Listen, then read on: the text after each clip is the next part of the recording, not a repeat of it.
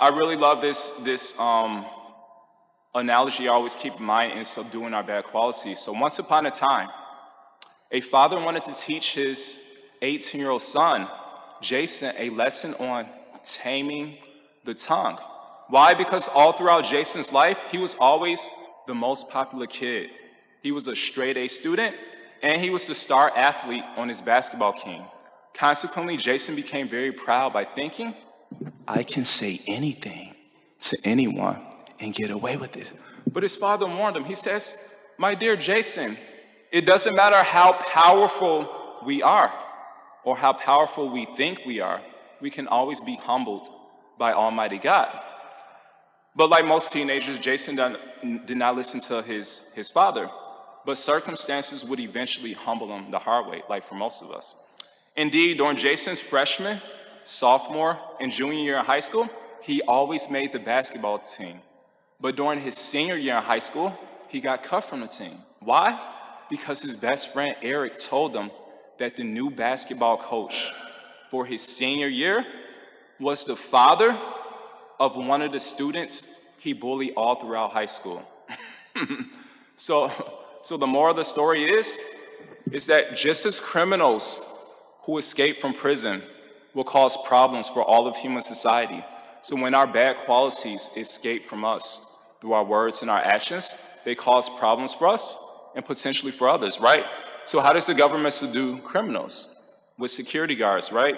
So it's described that a wise person subdues pride with humility, envy with appreciation, and vengeance with forgiveness. So whatever bad quality we have, we're meant to subdue it by the good qualities. Yasyasti bhatir bhagavati akenshana sarva gunais tatra samasate suraha. That's what the Bhagavatam describes. Sarva gunais. We're meant to cultivate all these good qualities. Why? To subdue our bad qualities. So therefore, there's a saying, as long as a word remains unspoken, you are its master. Once you utter it, you are its slave. And so there's one I also like to quote often, and I like to hear these things because we have to remind ourselves of this. So there's one that says, watch your thoughts, they become words.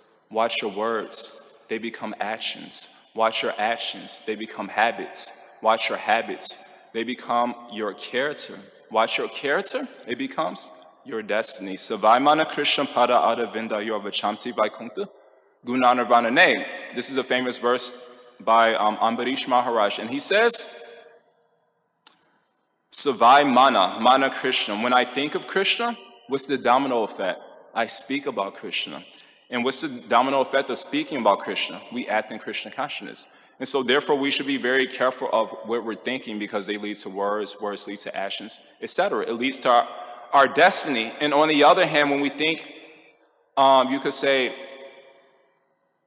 negative thoughts, then what's the result? Pranashati. Dhyayato vishayam pumsa sangase shubhajayate sangat sanjayate kamaha kama krodho bijayate krodha bhavati samohaha samoha shiti vibramaha shiti bramsha buddhinasho buddhinasha pranashati. The Gita, this is a very famous verse from the, chapter 2, verse 62 through 63.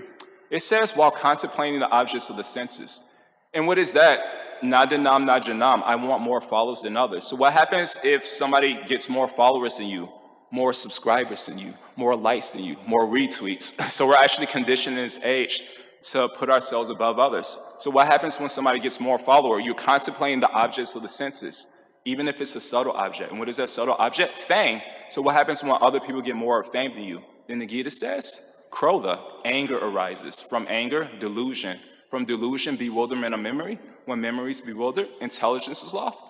And when intelligence is lost, we do things that we'll very much regret, actually. So that's the conclusion, that we should be very mindful of what we're thinking.